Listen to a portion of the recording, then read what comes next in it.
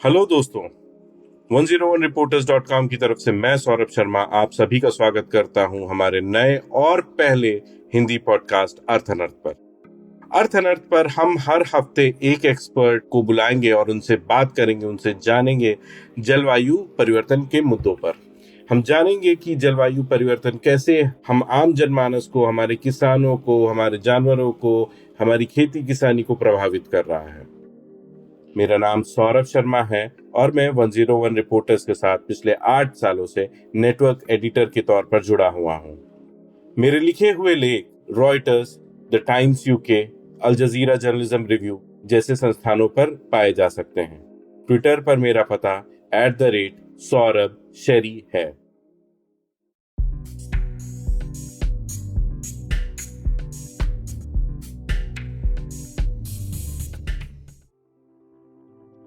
आज के इस एपिसोड में हम बात कर रहे हैं अरविंद शुक्ला से। अरविंद यूं तो पिछले 1 दशक से जलवायु परिवर्तन के मुद्दों पर अलग अलग हिस्सों से रिपोर्टिंग कर रहे हैं, लेकिन हाल ही में उन्होंने अपना एक यूट्यूब चैनल द न्यूज़ पोर्टली के नाम से बनाया है।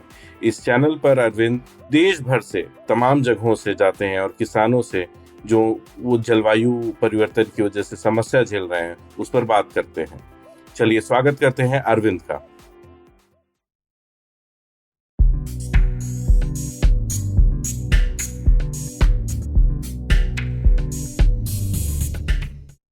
नमस्कार, मेरा नाम सौरभ है और आप सुन रहे हैं अर्थ अनर्थ।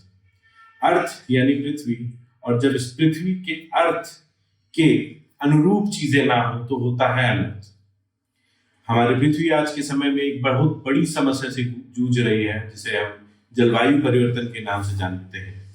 और इस जलवायु परिवर्तन को जो सबसे आगे की दिशा में, जो सबसे आगे की पंक्ति में जो लोग लड़ रहे हैं वो हैं हमारे किसान।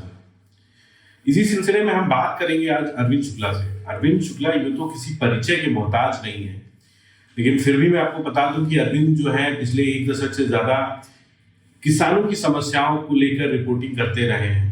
पिछले 3 सालों में उन्होंने अपना न्यूज़ पोर्टली नाम से एक यूट्यूब चैनल बना रखा है और किसानों की हर तरीके की समस्याओं को वो कोशिश करते हैं पूरे भारत से उठाने की। तो चलिए बात करते हैं अरविंद से। अरविंद, हमारे पॉडकास्ट पे आने का के लिए बहुत बहुत धन्यवाद। धन्यवाद सौरभ जी, आपका भी शुक्रिया इस अच्छे मुद्दे को उठाने के लिए।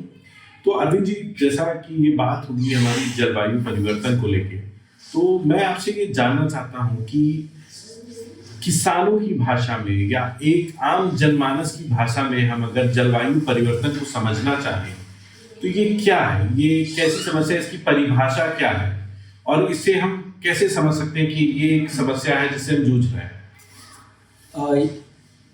भारत जो या कहीं के जो किसान हैं वो, मतलब मैं तो ऐसे कहता हूँ कि जो जलवायु परिवर्तन है तो जो पहला शिकार है वो हमारा किसान है। अगर ये युद्ध चल रहा है तो जो पहले पैदल होते थे, जवान होते थे, समझिए वही हमारे किसान हैं।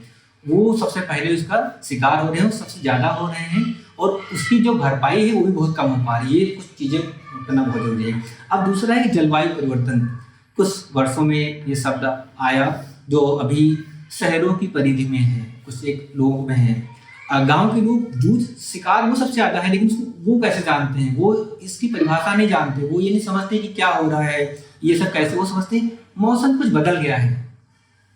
भैया बारिश अब समय पे नहीं होती, आषाढ़ में सूखा पड़ता है, पूस में अब गर्मी होती है, हवामान कुछ चेंज सा हो गया।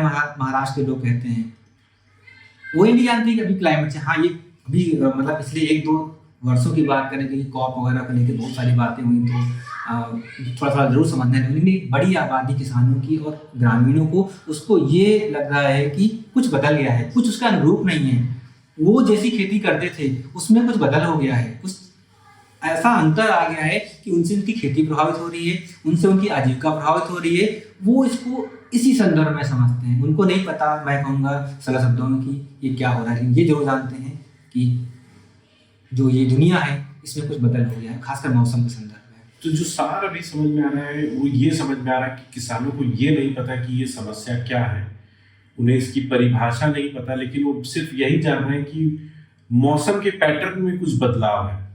मुझे याद है पिछले साल या उससे पिछले साल जनवरी के महीने में बारिश हो गई थी और फसल काफ़ी लेट हो गई थी, फिर गर्मी एकदम से पड़ गई तो लोगों ने सरसों बो दी, फिर बारिश हुई, ओला हुआ तो उनकी फसलें और खराब हो गई।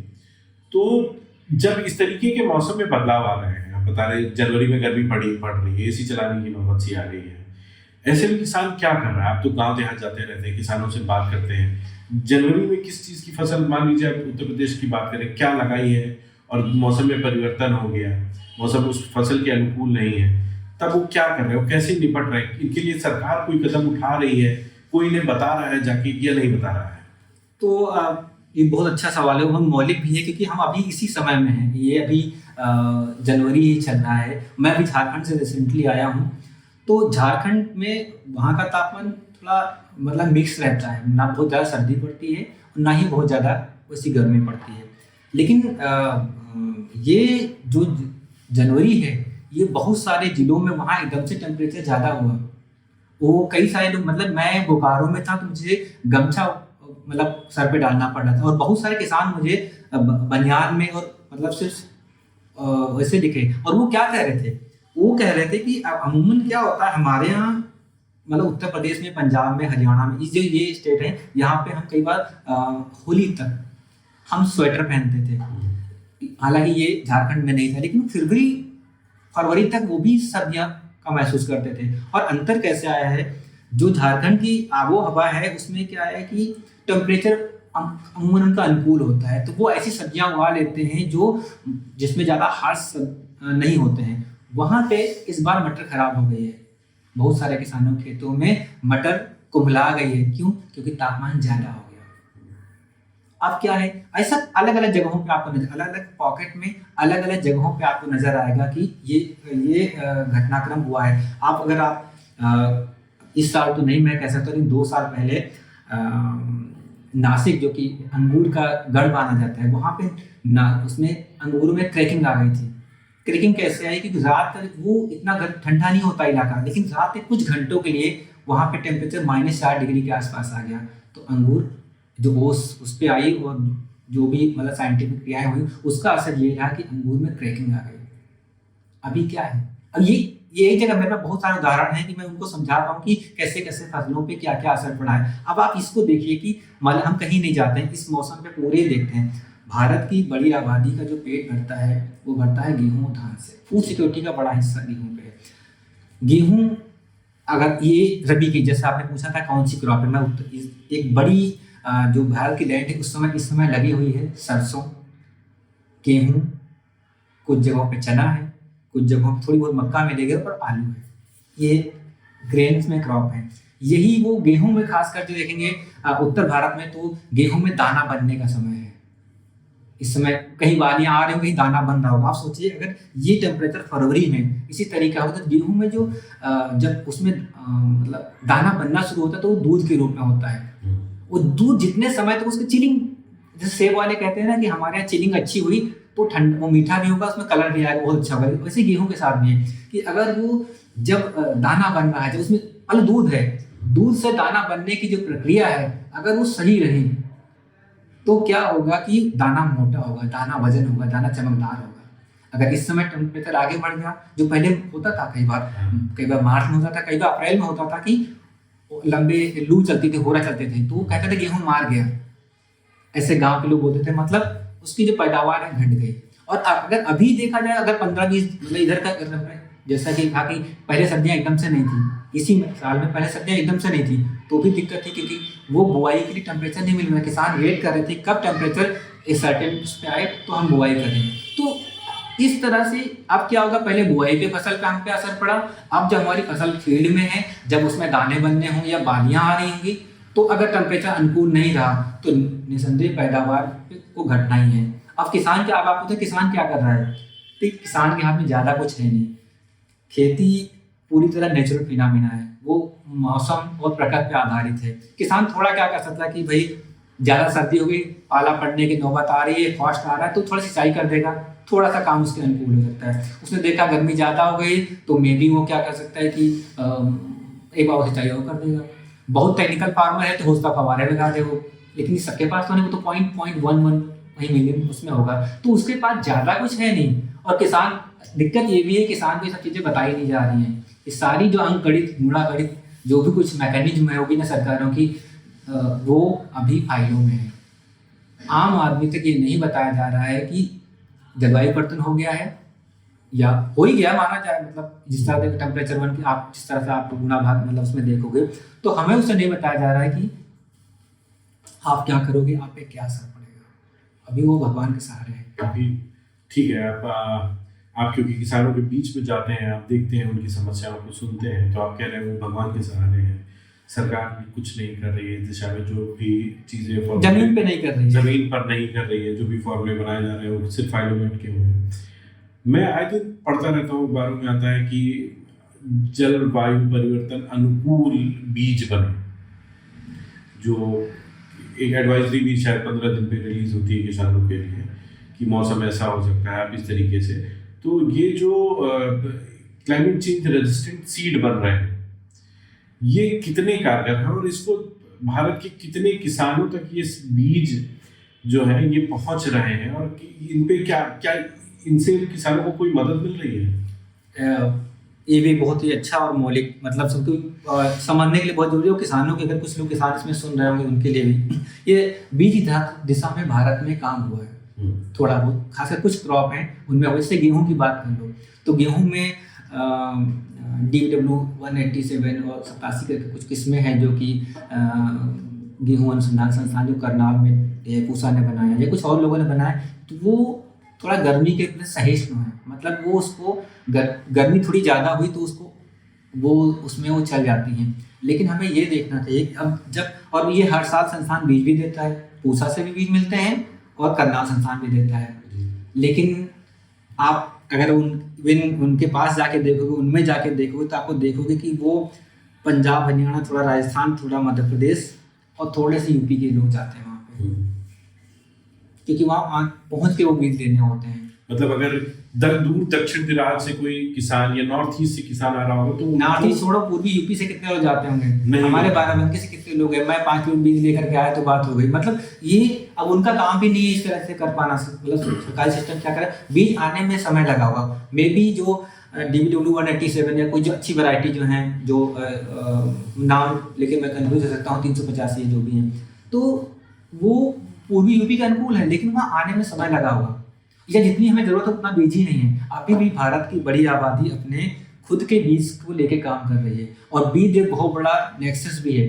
भारत में सबसे अधिक घोटाला में कुछ होता होगा ना, तो आप बता दो बीज के घोटाला होता होगा, क्योंकि उसका कुछ उस पर मोहर नहीं होती, वैसी बीज पे बोली बहुत ही बीज पे नहीं होती है। तो अरविंद, आप लगभग 1 दशक से ज़्यादा से इन क्षेत्र में काम कर रहे हैं। मैं ये शायद सवाल मुझे पहले पूछ लेना चाहिए था, लेकिन मैं फिर मुझे मेरे दिमाग में आया बातों बातों में कि पहला जलवायु परिवर्तन का केस किसानी में आपकी नॉलेज में क्या था कि नहीं ये, क्योंकि देखिए ये तो पैटर्न है बदलाव का, ये एक दिन में, 1 साल में, 2 साल में तो हुआ नहीं, ये ओवर द ईयर्स होता चला आया है।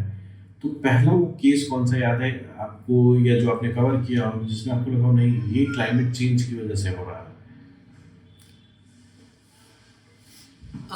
मैं वैसे सीधे तौर पर तो नहीं कहूँगा कि वो क्लाइमेट चेंज है और कितना है ना, क्योंकि जैसे मैं किसान के नज़रिए से ही पत्रकारिता करता हूँ उसी तरह। लेकिन एक बहुत अच्छा मतलब हमारे लिए लिखने वाला और आंखें खोलने वाला केस था।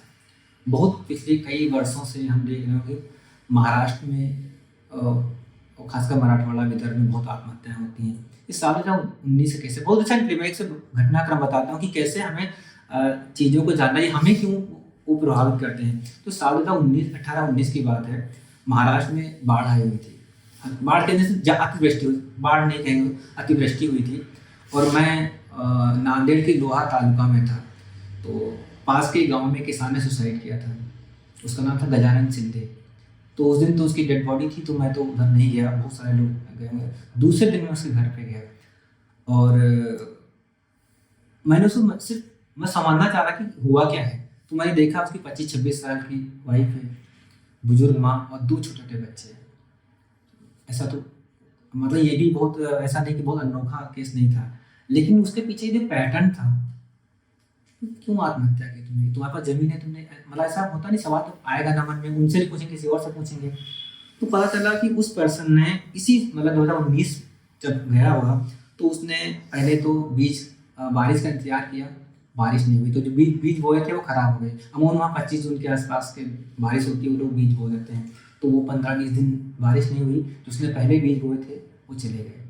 दूसरा उसने कर्जा लिया, बीज बोया, फसल अच्छी हुई, मौसम भी, बारिश भी हुई, लेकिन जब हार्वेस्टिंग का समय आया तो अतिवृष्टि हो गई और वो फसल पूरी बर्बाद हो गई। एक रात शाम सुबह जो उठा, खेत जाके देखा, खेत में ही सोयाबीन अंकुरित हो गई थी, उसने उसी खेत में सुसाइड कर लिया वहीं पे। अब आप देखो वहाँ पीछे जाके देखोगे तो महाराष्ट्र किसान ऐसा क्यों करते हैं? क्यों? यही वेदर, कभी उनके वो बो नहीं पाते, कभी उनका मतलब उनके पास पानी नहीं होता, तो वो ऐसा सिलसिला जो लंबे समय जो कई दशकों चला है वो है पानी के संकट का। ऐसे तो नहीं हो गया होगा, तो लंबे समय से वो लोग ये कह रहे हैं, ये जो चीजें चल रही ना, हम जिसके लिए आत्महत्या कर रहे हैं, या जो किसान मतलब जिन्होंने आत्महत्या से करी है, जिन्होंने जान दी, उसके पीछे बड़ी वजह पानी का लगातार कम होना और मौसम में एक ऐसा बदलाव होना जो उनके समझ में नहीं आ रहा है। तो मुझे लगता है ये ऐसे चीजें हैं, पहले भी बहुत सारी हुई, मतलब मुझे याद नहीं कि पहला कौन सा था, लेकिन हमें थोड़ा कि यार ये मौसम की तरफ कुछ जा रहा है। हमारे आसपास का क्षेत्र है बुंदेलखंड। बुंदेलखंड क्लाइमेट चेंज के लिए तो शायद एक बड़ा उदाहरण है, लेकिन वो कहीं ना कहीं जो नेचुरल रिसोर्सेज का दोहन हुआ है वो भी एक अच्छा उदाहरण है। अच्छा ये सेंस में कि हम उससे सीख सकते थे, लेकिन अब सीख रहे हैं नहीं रहे हैं ये अलग बात है। तो अभी मैं आपसे जानना चाहूँगा, ये जो बारिश की अनियमितता है, और आप बता रहे थे पर्यावरण बदलाव, मौसम में बदलाव, तो ये जो तापमान में वृद्धि है या जो तापमान घट रहा है, इससे हमारे किसान कितने ज़्यादा प्रभावित हैं? और ये पैटर्न कब से देखा जा रहा है कि जो मौसम में अनियमितता है या तापमान बढ़ रहा है, घट रहा है, तापमान बढ़ ही रहा है, तो ये कब से आपने देखना चालू किया आपके नज़रिए से, और ये कितनी बड़ी समस्या है हमारे लिए? तो जैसा मैंने पहले कहा कि आपके 2-3 सवाल मिक्स हो गए, तो बुंदेलखंड पे पहले बारिश पे आ जाते हैं। तो खेती पूरी तरह नेचुरल फिनोमेना, प्राकृतिक पे आधारित, मौसम पे आधारित है। बारिश हुई, एक बड़ी आबादी आज मतलब जो 50% से ज़्यादा की जो हमारी खेती है वो आधी रेनफेड है, बारिश पे निर्भर है। और हमारा पूरा जो साउथ वेस्ट जो मानसून है, जो सर कहते हैं ना कि वर्षा ऋतु में जो बारिश होती है, हमारा पूरा चक्र उसी पे चलता है। मुझे लग रहा है पिछले 15-20 वर्षों से और 10 साल से मैं मतलब पहले कुछ बदलाव हो रहे होंगे, हम लोगों ने देखना शुरू किया 5-10 साल में से। किसान को लग रहा है कि ये कुछ हुआ है ना, जो किसान, मैं तो किसान है, वो कह रहा है सर 10-12 सालों का पूरा केस है।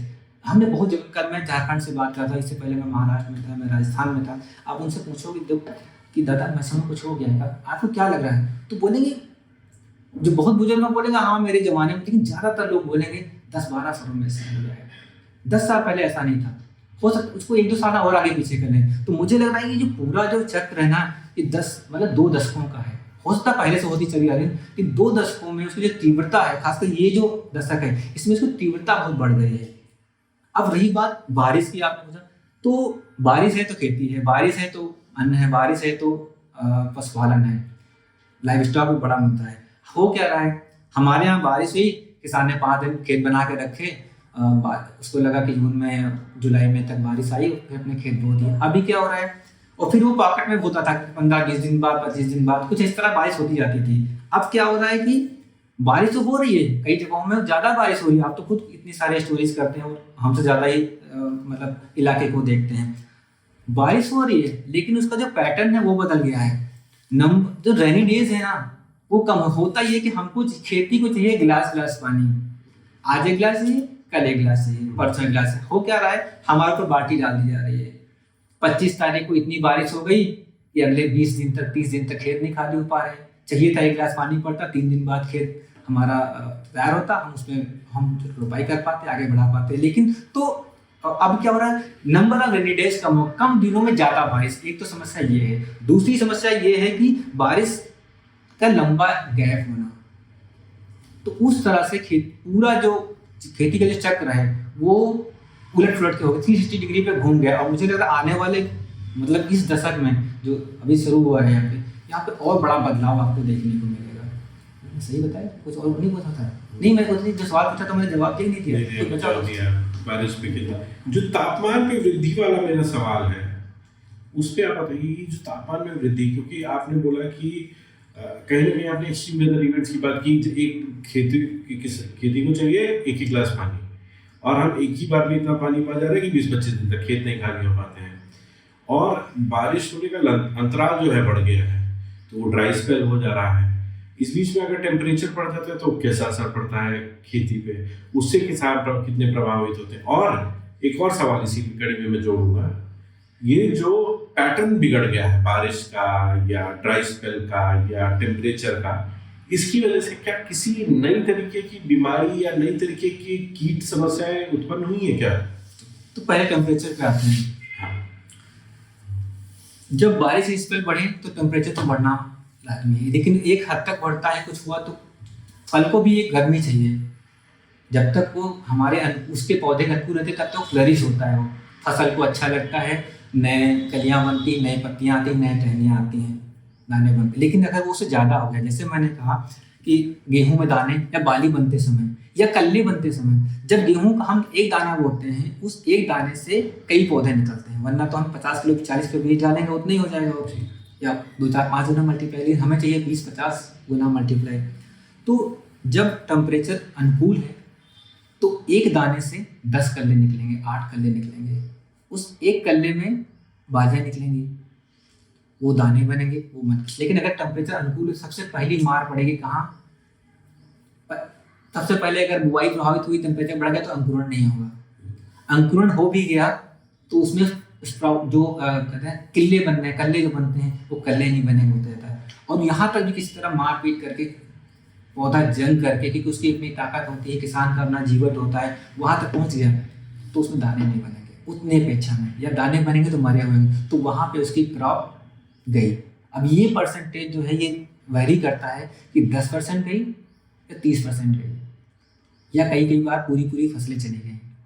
ये इस तरह से टेम्परेचर का इसमें है। अब ये तो हो गया दानों में, ज़्यादातर हम लोग अनाज की बातों में कर रहे हैं। अब यही चीज़ अगर हम हॉर्टिकल्चर में आते हैं, फलों में आते हैं, अगर हम सेब के इलाके में जाएँ, अगर आप कुछ दिन पहले आपने भी शायद कोई रिपोर्ट की होगी, हिमाचल की कुल्लू में बहुत से सेब हुआ करते थे। अंग्रेज वहाँ पे खासकर बाग लगाया करते थे, लेकिन अब कुल्लू में बाग नहीं है, वो वाले नहीं है, परंपरागत ट्रेडिशनल बाग अब कुल्लू में नहीं बचे हैं।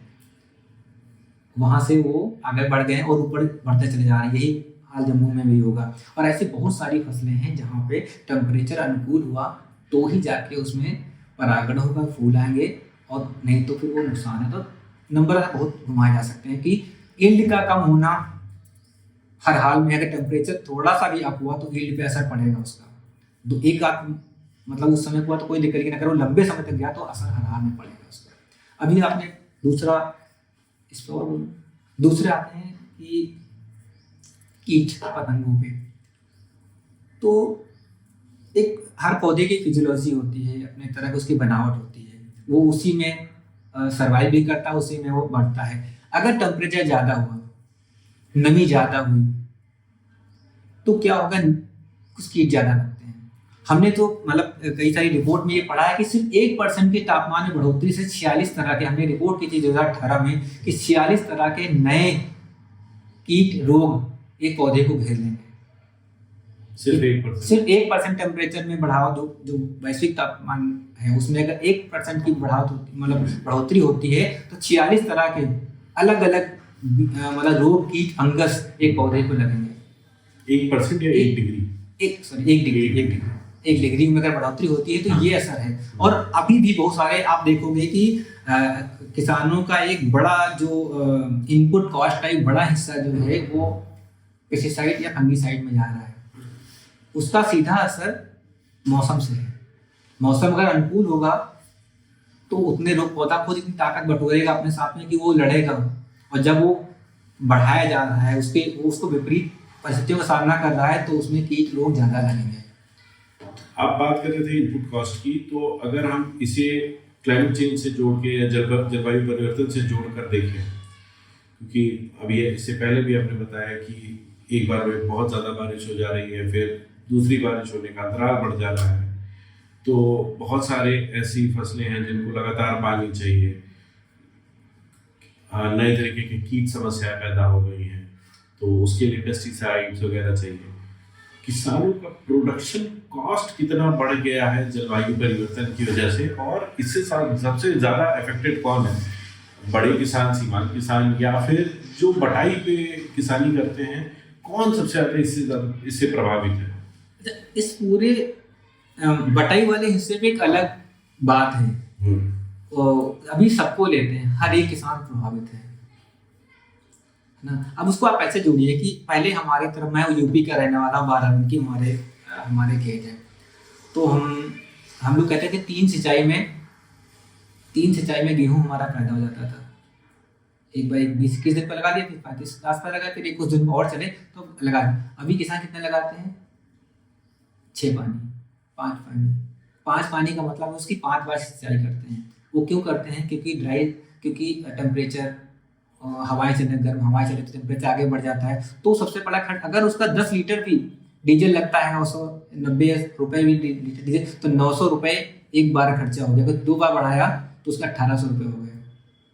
ये कहीं गुणा भाग में नहीं, कहीं जोड़ा नहीं जा रहा है, लेकिन उसका 1800 रुपये तो यूं ही बढ़ गए ना। वो खेत में काम, अगर उसकी दैनिक मजदूरी 200 रुपये भी मान लो, आप 300 रुपये मान लो, तो 2 मजदूर तो लगाएगा ना खेत में पानी लगाने के लिए। पहला खर्च तो सिंचाई पे बढ़ गया उसका। दूसरा खर्च उसका बढ़ गया, जब रोग फंगस लगते हैं, दिक्कतें आती हैं, तो उसमें वहाँ उसका खर्च बढ़ जाता है। उत्पादन अलग से कम हो रहा है। तो अगर, सॉरी मैं भूल गया उसको, नहीं, हम यही बात कर रहे थे ना, टेम्परेचर बढ़ने से कितना कॉस्ट बढ़ जाता है? कितना परसेंट कॉस्ट नहीं बता सकता मैं, मतलब कितने परसेंट क्या कॉस्ट ये कितनी बढ़ गई है और कैसे प्रभावित? अच्छा, आपसे कोई तो अभी एक तो हुआ कि हमारा इरिगेशन का खर्चा बढ़ गया। हाँ। सबसे ज्यादा खर्च हमारा इरिगेशन का बढ़ गया। दूसरा, किसान ये भी चाहता, कई बार वो फर्टिलाइजर या फिर माइक्रोन्यूट्रिएंट ज़्यादा डालता ताकि वो जल्दी से पौधे को अपने ले पाए। तीसरा, आप देखो क्या है, फसल बचानी है हमें, किसी भी तरीके से फसल बचानी है। तो आप देखोगे कि हिमाचल में जाओगे, शिमला के आसपास जो अच्छे इलाके हैं, वो कुछ साल पहले वहाँ पे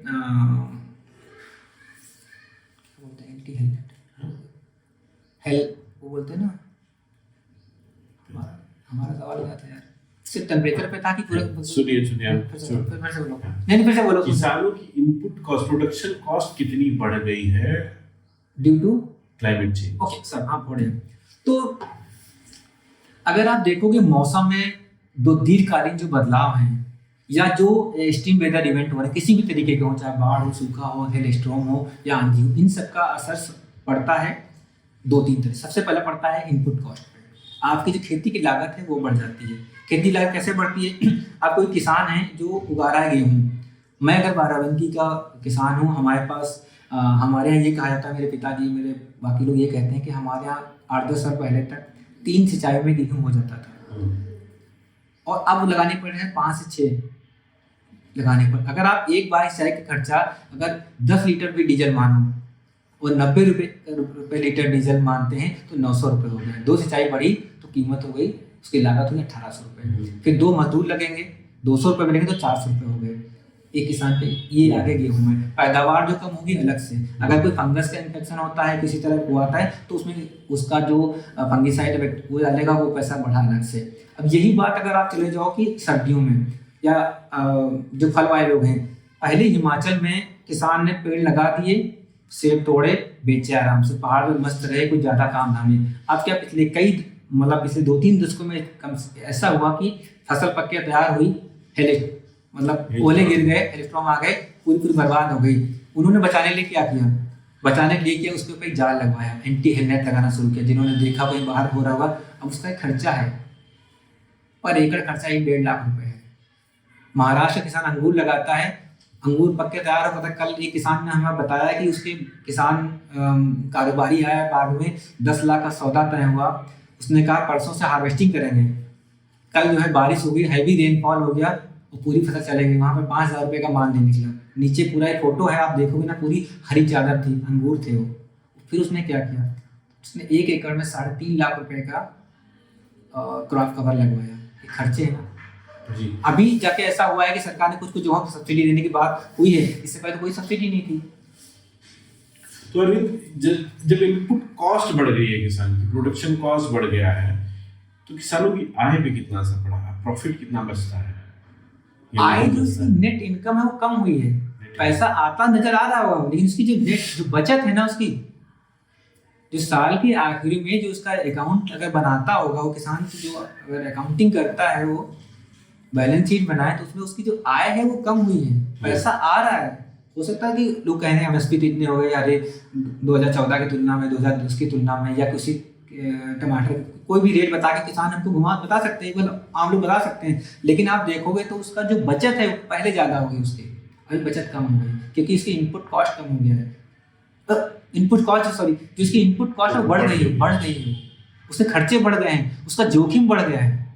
अच्छा, जब जोखिम बढ़ गया है, रिस्क बढ़ गया है, एक्सट्रीम वेदर इवेंट हो कभी भी हो जाते हैं, ऐसे में किसानों के लिए जो फसल बीमा योजना है ये कितनी कारगर है और इससे कितने लोगों को बेनिफिट मिल रहा है? और क्या फसल बीमा योजना जलवायु परिवर्तन जैसा एक कोई सबहेड के अंदर कुछ इनको मुआवजा या फिर इनको राहत प्रदान करता है?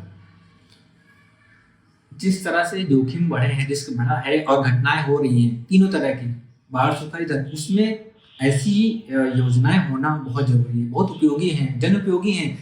और जब ये शुरू की गई थी, जब हमारे यहाँ पहले तो हमारे यहाँ फसल बीमा हुआ करता था, 6 महीने की फसल का वो कुछ सिस्टम बन जाता था उसकी मदद। जब ये प्रधानमंत्री फसल बीमा जैसी योजनाएं, तो बहुत लोगों ने बहुत ही कहते हैं ना कि गंभीरता से देखा, और बहुत ही लोग आसान्वित थे कि इससे बहुत अमूलचूल बदलाव आएगा।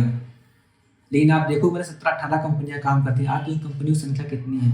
आप आए दिन खबरों में देखते होंगे, अखबारों में खबरें छपती हैं कि सर्टेन कंपनी ने इतने किसानों से इतना मुआवजा लिया, लेकिन दिया नहीं। मैं पिछले साल का उदाहरण देता हूँ, बुंदेलखंड का। बुंदेलखंड के 2 गाँवों को मिला करके ही कुछ, एक झांसी के आसपास एक गाँव है, ऐसा रैकवार कुछ नाम है, तो उनके यहाँ से कुछ 50-60 लाख रुपए का प्रीमियम गया था उन इलाकों में, और कंपनी ने दिया क्या? कुछ भी नहीं था। तो वो केस लड़ने पहुंच गए, क्योंकि कंपनी ये कहा, कंपनी ने, मुझे अगर ठीक से याद आ रहा है, वो उड़द का था। पूरी पिछले कुछ वर्षों में बुंदेलखंड रीजन में, जो वहाँ पे पल्सेस, खासकर उड़द जो होता था, उससे बहुत नुकसान हो रहा था। तो आपने बीमा कराया सर, पहले तो उसमें उन्होंने उड़द की फसल नहीं दी, फिर किसी तरह जोड़ा उन्होंने कि हम इसको भी कवर करेंगे, लेकिन बाद में जब नुकसान हो गया तो उसको उन्होंने दायरे में बाहर कर दिया। एक ही तरह के कानून पे वो एक गांव को पैसा दे रहे हैं, या दूसरी फसल को, जो जिस फसल पे की रकबा कम है उसको भुगतान कर रहे हैं, तिल का भुगतान कर रहे हैं, लेकिन उड़द का नहीं कर रहे हैं। क्यों? क्योंकि उड़द का रकबा ज़्यादा है। किसान ये कह रहे हैं, और बहुत सारे राज्यों के किसान ये कह रहे हैं कि फसल बीमा योजना बहुत अच्छी है, मैं प्रीमियम भी देना चाहता हूँ, लेकिन जब हमारा नुकसान होता है, जब हमारी फसलें बर्बाद होती हैं, चाहे बाढ़ से हो चाहे सूखा से हो, तो हमको उस तरह से मुआवजा, कंपनसेशन नहीं मिल पाता। कंपनियों की बहुत अड़ंगेबाजी है, और ये मतलब इसको लेके बहुत सारा आंदोलन भी भारत में हुआ है, लेकिन वो बात आ नहीं रही है। जैसे होना ये चाहिए था कि किसान ये कहते हैं, ऐसा होना चाहिए, जब एक सर्टेन एरिया में नुकसान हो गया है ना, तो या एक गांव में नुकसान हो गया, सरकार कुछ पहले तो ये थी, एक ब्लॉक स्तर पर आकलन करे कि पूरे ब्लॉक में होगा तो हम वो करेंगे नुकसान। लेकिन जिस तरह से अभी का जो घटनाक्रम है, उसमें क्या नुकसान तो खेतों में हो रहे हैं ना। हो सकता है 5 किसानों, बारिश आपने देखा होगा कि इस मेड़ पे बैठते हैं, वहां बारिश हो रही, दूसरे मेड़ पे बारिश नहीं हो रही है, और आप पूरे गांव को लेके चल रहे हैं। किसान ये कहते हैं कि आप गांव स्तर पे हमारा आकलन करिए, पैमाइश कराइए, पटवारी को बुलाइए, हमको मुआवजा दीजिए। या आप ही, मैं भी नहीं जानता कि वो टूल क्या होगा। मैं इसे इतना जानता हूँ कि अगर किसान ने प्रीमियम भरा है, उसने बीमा कराया है, तो जब फसल का नुकसान हो तो उसे बीमा मिलना चाहिए, लेकिन वो मिल नहीं रहा है। इवन आप देखो कि महाराष्ट्र में 1 रुपये में फसल बीमा होता था, तो अभी उन्होंने वो भी बंद कर दिया। तो जैसे जैसे जोखिम बढ़ रहा है, वैसे वैसे ये बहुत अच्छी मैकेनिज्म बन सकती थी, बहुत अच्छा उदाहरण बन सकता था, लेकिन उतना अच्छा काम हमारे यहाँ इस दिशा में हो नहीं पाया। ये आपने अच्छी बात बताई कि जिस तरीके से काम होना चाहिए था, वैसा काम हमारे यहाँ हो नहीं पाया। तो एक चीज़ मैं पूछना चाहूँगा, मैं पुराने क्वेश्चन पे वापस जाऊँगा, क्या जो हमारी पारंपरिक पद्धतियाँ थी, वो किसानों के काम आ रही है? इसमें ना थोड़ा मतलब मैं दो चीज़ें बताता हूँ कि देखो, हमारी मिट्टी में रचे बसे जो नेटिव सीड हैं, जाहिर सी बात है, ये ऐसा तो पहली बार नहीं हुआ होगा कि ऐसी गर्मी, ऐसी सर्दी कभी ना कभी तो पड़ी होगी ना, या कोई साल ऐसा आया, कोई दशक ऐसा आया होगा, सूखे पड़ते रहे, हमारे अकाल का तो इतिहास रहा है। तो वो लोग उसमें क्या करते थे? उस समय तो ये मैगी का युग नहीं था, या ऐसी कोई चीज़ जो फैक्ट्री मेड है वो तो नहीं होती थी। खाना भी होता, रहना भी होता, कैजुअलिटी भी होती होंगी, लेकिन फिर भी उनके पास कुछ तो था ना। वो था उनका परंपरागत ज्ञान, वो था उनके वो बीज जो 2.5 मीटर पानी में भी धान के बीज खड़े होते थे, वो देसी कठिया बीज जो गोल गोल घूम जाते थे लेकिन इतना जरूर पैदा कर देते थे कि इतना काम हो जाए।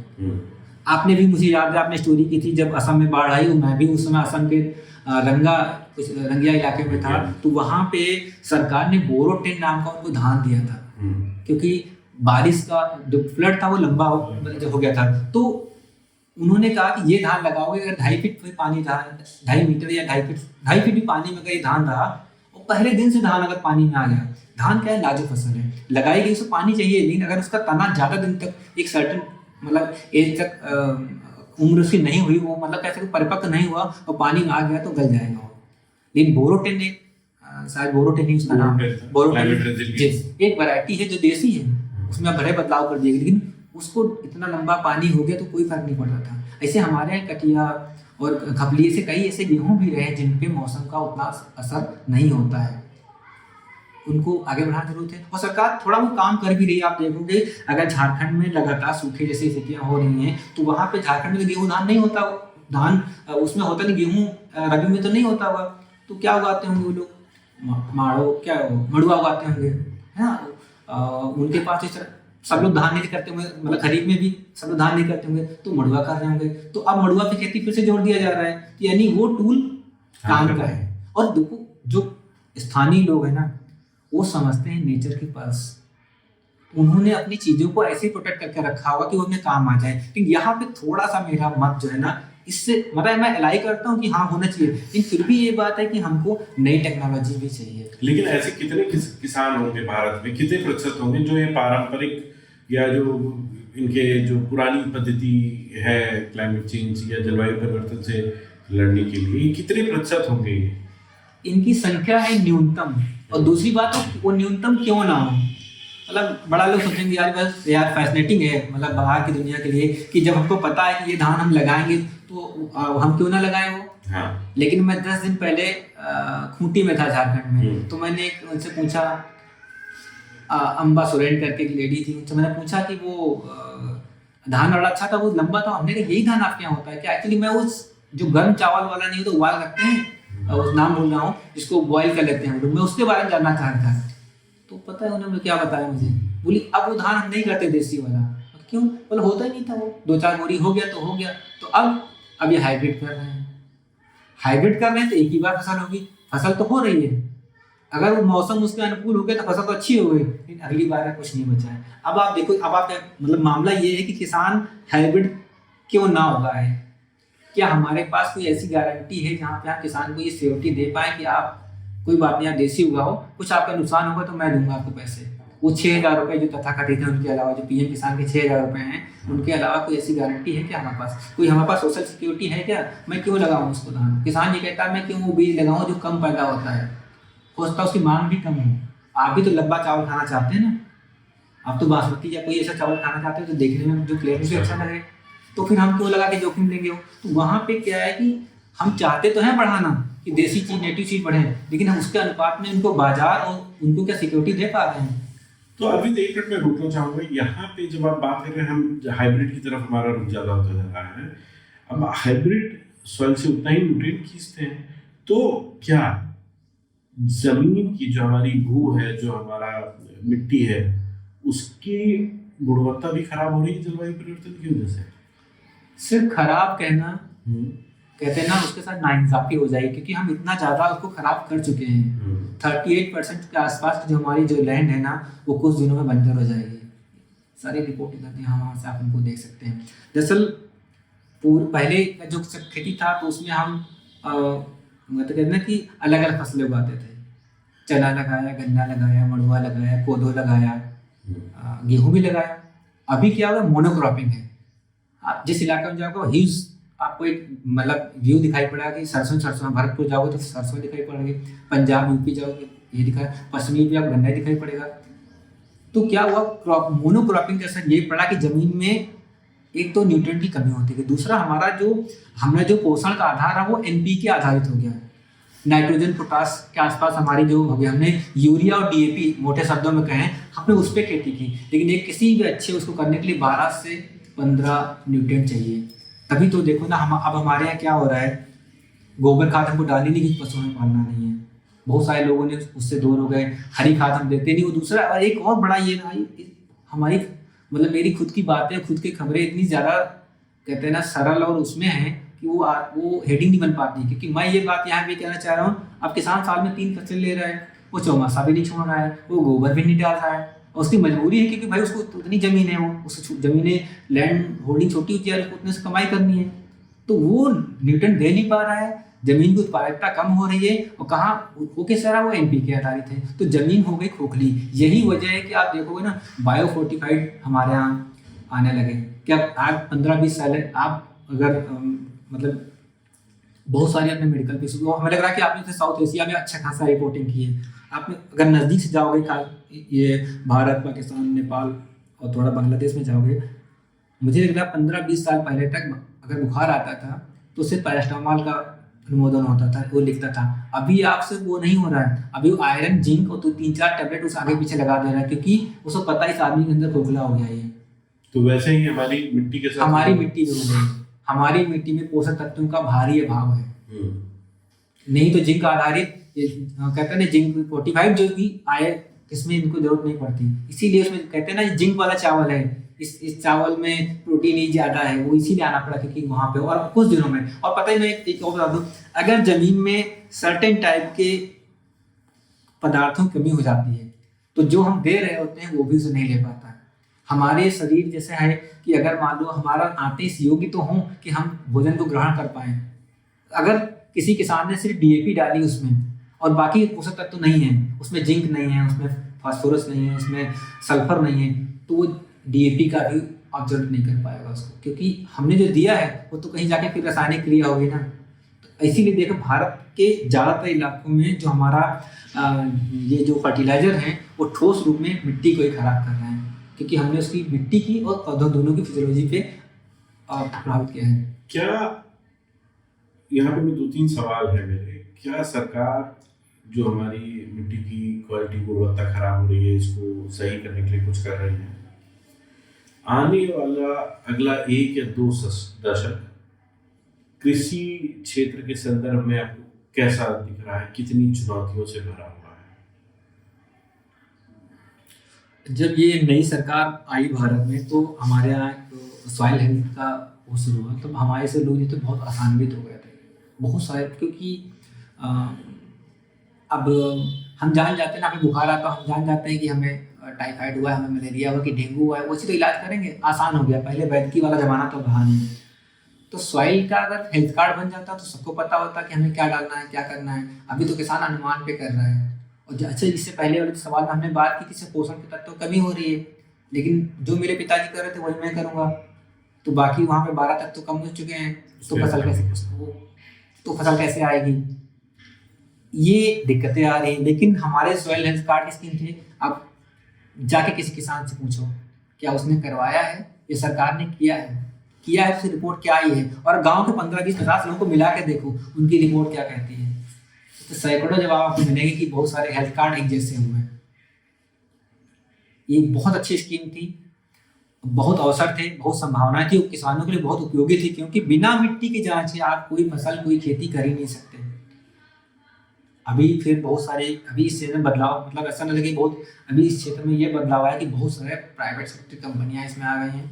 मे भी कुछ पैसे लेंगी, कुछ नहीं लेंगी, वो काम कर रही हैं। जिलों स्तर पर लैब की शुरुआत हुई है, खोली गई हैं, जहां 12 रुपए से लेकर 29 रुपए में एक किसान अपने खेत के 12 तरह के कम से कम जांच करा सकता है। लेकिन ये कितनी जगह हो रहा है मुझे खुद नहीं पता, और कितनी जगह, क्योंकि मैंने इधर अभी पिछले दिनों रायबरेली के एक उत्तर प्रदेश में जिला है रायबरेली, मैंने वहाँ की एक लैब के बारे में लिखा था, तो कम से कम 50 सवाल मेरे पास आए थे, पूछे थे मैं कहाँ कराऊँ, हमारी जाँच करा दो, मिट्टी कैसे भेज दूँ।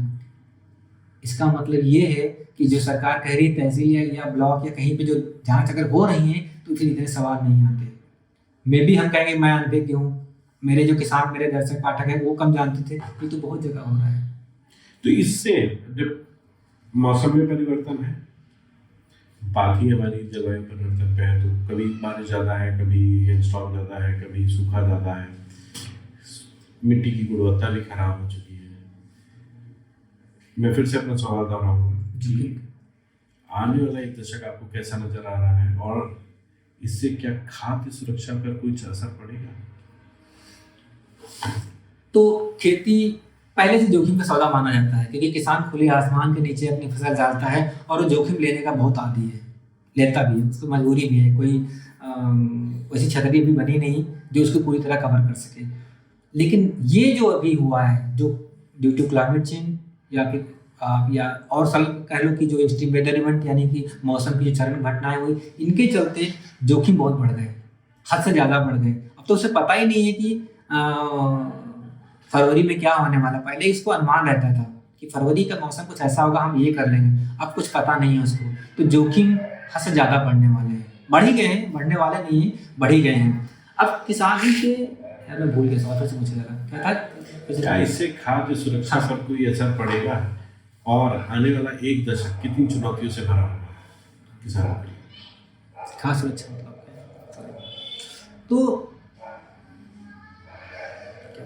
खाद्य सुरक्षा खाद्य सुरक्षा नहीं मैं बता रहा था। जो तो मैं खेती जो है वो जोखिम का सौदा है, और किसान हद तक जोखिम लेता है। वो शायद भारत का या दुनिया का सबसे बड़ा एंटरप्रेन्योर होगा जो इतना जोखिम लेकर के अपनी पूरी फसल, पूरी खेती को खुले आसमान में रखता है, और हर साल करता है। ऐसा नुकसान होता फिर भी करता है। लेकिन पिछले 2-3 दशकों में या जो लंबा कार्य उसमें रहा, जो इस तरह से एक्सट्रीम वेदर इवेंट बढ़े हैं, ये जो जोखिम है कई गुना बढ़ चुका है। पहले एक बार अगर सूखा पड़ जाता था 3-4 साल में, तो उसको पता था 3-4-5 साल बाद में नंबर आएगा, या बारिश हो गई तो कहता अब नहीं होगा, अब हाथिया बरस के निकल गया है, अब अगला नक्षत्र में बारिश उतना नहीं होगी। या उसको पता था मतलब मेरे तो पिताजी या बाबा या बाकी जो लोग या बाकी किसान भी ऐसे कहते हैं कि देखो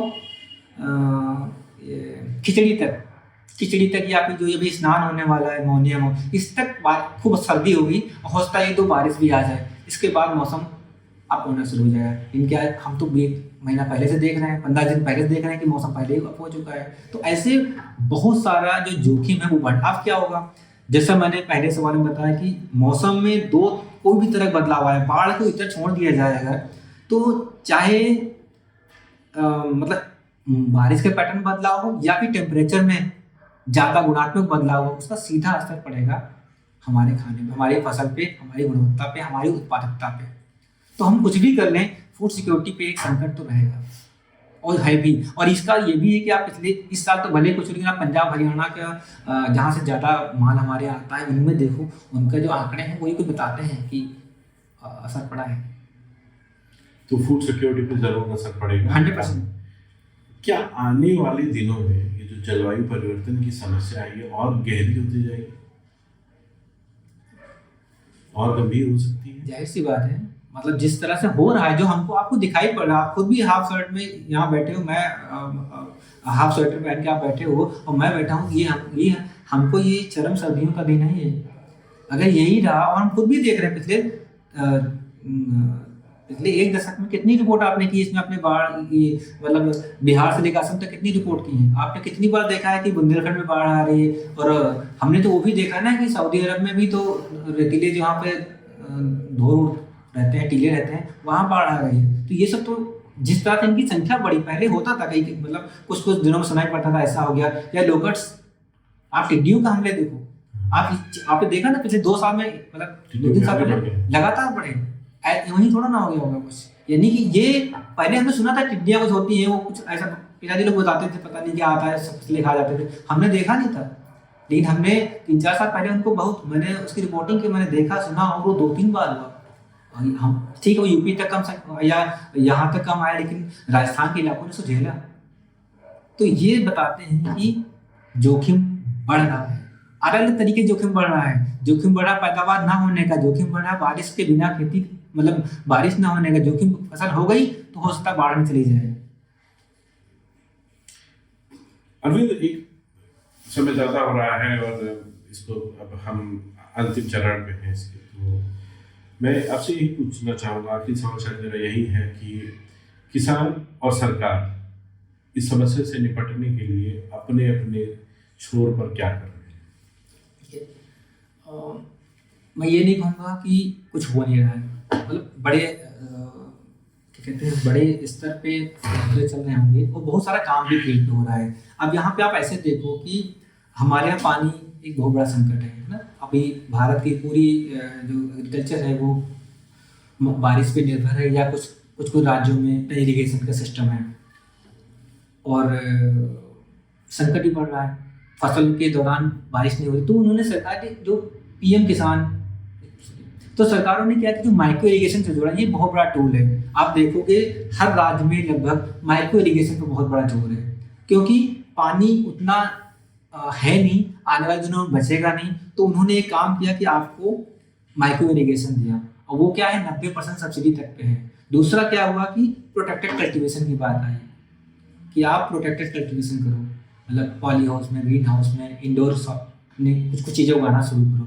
एक तो ये काम हो रहा है। दूसरा जो काम ये हुआ कि सीड पे बात हो रही है, जैसे हमें बताया कि गेहूं में कुछ सीड है, कुछ इस तरह से लगातार उनकी आ रही कि हम वहाँ पे क्या कहते हैं, हम आपको वो सीड दे पाएँ जो बारिश, बरखा या सूखे से थोड़ा हालातों में लड़ने को है। तीसरा ये हुआ कि एक इसको थोड़ा सकारात्मक मान सकते हैं, सरकार जो नेचुरल फार्मिंग की तरफ कदम बढ़ाया, नेचुरल फार्मिंग की मोटे अनाज की तरफ। मे बी ये जो मतलब मुझे इसको लेकर आसान भी दूँ कि अगर इसको सही तरीके से टैकल किया गया तो एक बड़े इलाकों में जो वहाँ की परंपरागत फसलें थी,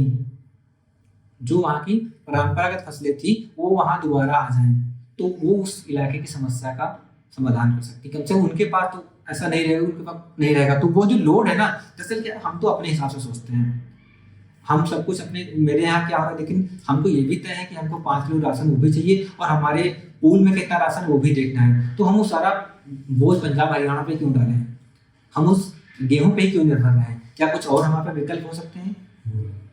क्या हमारे पास कुछ और खाद्यान्न ऐसे हो सकते हैं जो हमारी पूर्ति कर सकें? तो क्या पोटैटो का जो आलू है जो हमारे हर साल इतना बर्बाद हो सकता है, क्या उसको फूड प्रोसेसिंग करके कहीं इस्तेमाल में लाया जा सकता है? मैंने सुना है विदेशों में उसके चावल बनते हैं, कुछ इसकी ऐसी रेसिपी बनती है, तो क्या हमारे कुछ ऐसा हो रहा है? हमने ऐसा थोड़ा थोड़ा सुना है कि इस दिशा में सरकारें काम कर रही हैं, जहाँ पे वैकल्पिक फूड जो है ना, वैकल्पिक फूड मतलब ऐसा नहीं कि अनाज के अलावा दुनिया में कुछ और ही करा गया है, लेकिन उसी में से कि आपके पास और भी चीजें हैं जिनको आप खा सकते हो, जिनको आप उगा सकते हो। जरूरी नहीं आप गेहूं के पीछे मत भागो। बाई प्रोडक्ट्स की बात, बाई प्रोडक्ट, पहले मैं तो ये कह रहा हूँ कि आप गेहूं के पीछे मत भागो, आप ऐसी फसलें मत उगाओ जो ज्यादा पानी लेती हैं, क्योंकि हमें क्या उन चीजों की इतनी जरूरत है या नहीं है, क्योंकि खाना है ना, कुछ और माध्यम से आपको मिल रहा है। आप शकरकंदी भी उगा सकते हो, आप टमाटर 100 रुपये किलो हो जाता है, जरूरत नहीं है। कहने यहाँ पे मेरा आशा ये है कि इस समय काम किया जा रहा है कि आप एक मोनोक्रॉपिंग की तरफ मत जाओ। आपके पास जो मड़ुआ होता है मड़ुआ उगाओ, अगर आपको ज्वार होता है ज्वार उगाओ, बाजरा तो बाजरा उगाओ। एक दिशा में ये काम थोड़ा थोड़ा इसको प्रमोट किया जा रहा है, लेकिन उनको मार्केट में मिल जाए तो किसान उगाएगा, अगर उसे मार्केट में मिल जाए तो किसान उगाएगा, तो ये थोड़ा सा उनका जोखिम कम होगा। अरविंद, हमसे बात करने के लिए बहुत बहुत धन्यवाद।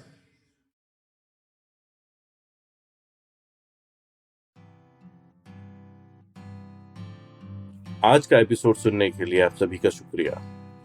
अगर आपको ये पॉडकास्ट पसंद आया है तो अपने फेवरेट पॉडकास्ट स्टेशन पर इसको सब्सक्राइब करना ना भूलें। अगले हफ्ते फिर मिलते हैं एक नए गेस्ट के साथ, एक नए मुद्दे के साथ।